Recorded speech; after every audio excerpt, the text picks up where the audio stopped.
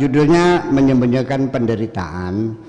Saya tidak akan kasih prolog pengantar tentang isinya, saya bacakan dulu karena nanti saya tidak bertujuan Anda paham, saya tidak bertujuan Anda mengerti, tapi saya bertujuan Anda berpikir. Itu yang penting. Kalau Anda paham saya masih gagal, tapi kalau Anda berpikir saya berhasil. Karena bagaimanapun tujuan kita adalah membangun kita supaya berpikir. Kita ini selama kan dalam dunia Islam kan kenapanya ya seperti dilarang berpikir kok. Betul nggak? Oke. Ketika aku disakiti orang, tidak pernah aku punya keinginan untuk menyakiti lagi. Apabila aku membalas dengan yang sama, berarti aku juga sama. Berarti aku juga sama. Aku ingin membalas kejahatan orang dengan kebaikan, sekalipun orang itu tidak layak untuk dibaiki.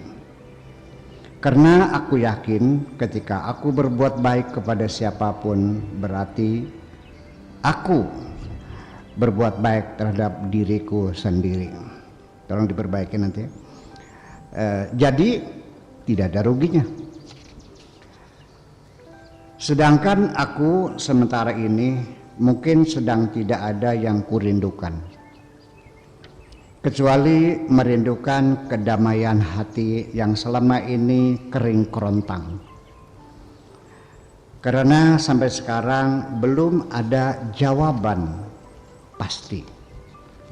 Cintaku kepadamu, apakah engkau terima ataukah engkau lemparkan?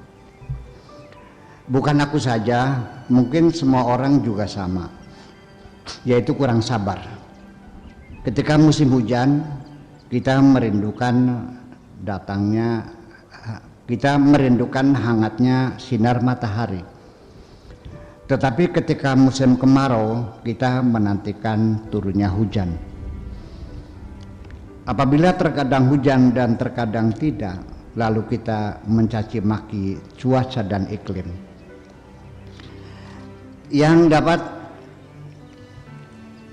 dilakukan untuk sementara hanya menyembunyikan sedapat mungkin penderitaan yang kutanggung dalam hatiku, sekedar untuk memberi kesan baik kepada mereka bahwa aku sedang dalam keadaan sehat walafiat.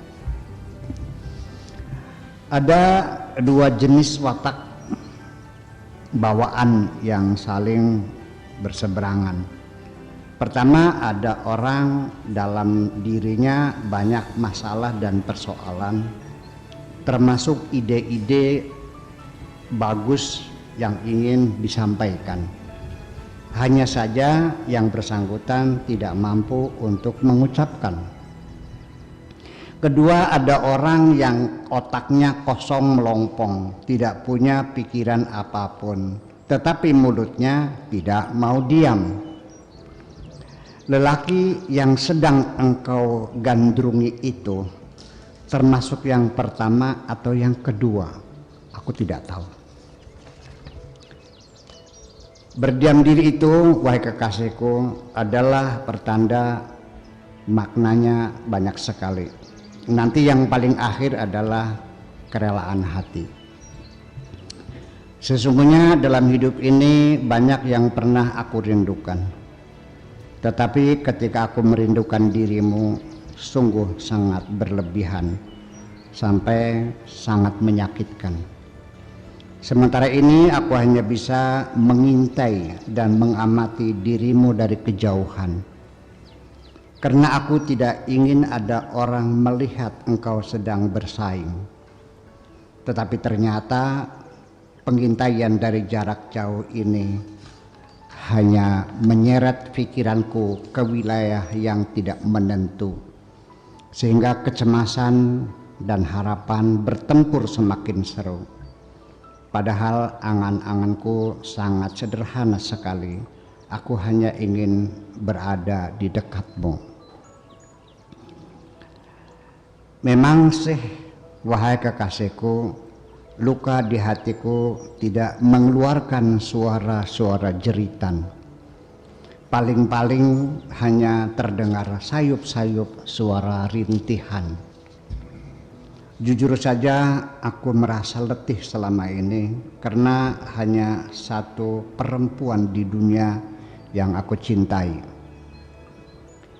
yaitu dirimu, wahai kekasihku. Sehingga yang kurasakan sekarang ini seolah aku ini orang asing di negeri sendiri. Orang yang kucintai seperti dibungkus kafan.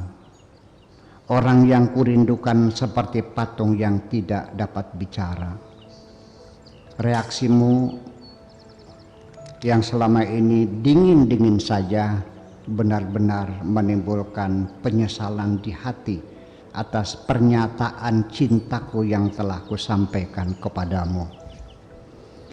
Dengan mudah aku dapat berpura-pura senang dengan cara tertawa, tetapi aku tidak mungkin berpura-pura bahagia. Seperti hanya aku dapat berbohong kepada siapapun, tetapi aku tidak dapat berbohong kepada diriku sendiri bahwa aku mencintai dirimu. Tidak ada maksud sedikit pun di dalam hatiku untuk mengalahkan siapapun. Aku hanya ingin merebut cintamu, sedangkan hatimu bukan sesuatu yang layak diperebutkan, karena engkau sendiri yang dapat memutuskan.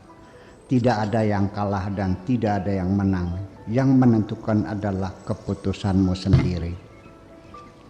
Sehingga di malam hari aku merasakan kedinginan sekujur tubuh, bahkan sampai seperti mati rasa.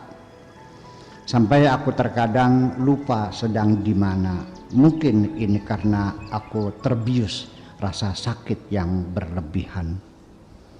Agak sedikit terlipur hatiku ketika aku berdoa kepada Tuhanku, semoga orang yang aku cintai selalu dalam keadaan sehat. Tidak mungkin di dunia ini semua perempuan itu sama. Pasti tidak akan sama. Hanya satu, wahai kekasihku, perempuan yang aku cintai saja yang dapat menggerakkan hatiku. Perempuan yang aku cintai saja yang dapat menggerakkan hatiku, yaitu engkaulah orangnya. Sedangkan perempuan-perempuan yang lain tidak lebih sebatas hanya dapat menggerakkan mata. Sebaliknya aku khawatir, wahai kekasihku, engkau sedang terbius dengan janji-janji yang sangat muluk. Sudah menjadi kebiasaan orang zaman sekarang lupa janji yang pernah diucapkan kemarin karena sudah tidak sesuai lagi dengan selera mereka hari ini. Sebenarnya aku ingin keluar, bertemu teman-teman, berbagi kebahagiaan daripada sendirian memagut kesedihan, menanti kedatangan orang yang tidak pasti datang atau tidak. Terakhir aku hanya ingin meninggalkan pesan khusus hanya untuk dirimu. Tolong nanti apabila kematian datang merenggut nyawaku dengan tiba-tiba dan aku belum sempat dapat bertemu dengan dirimu, tolonglah wahai kekasihku, ingatlah selalu bahwa aku masih tetap mencintaimu dan aku benar-benar ingin bertemu dengan dirimu. Terima kasih.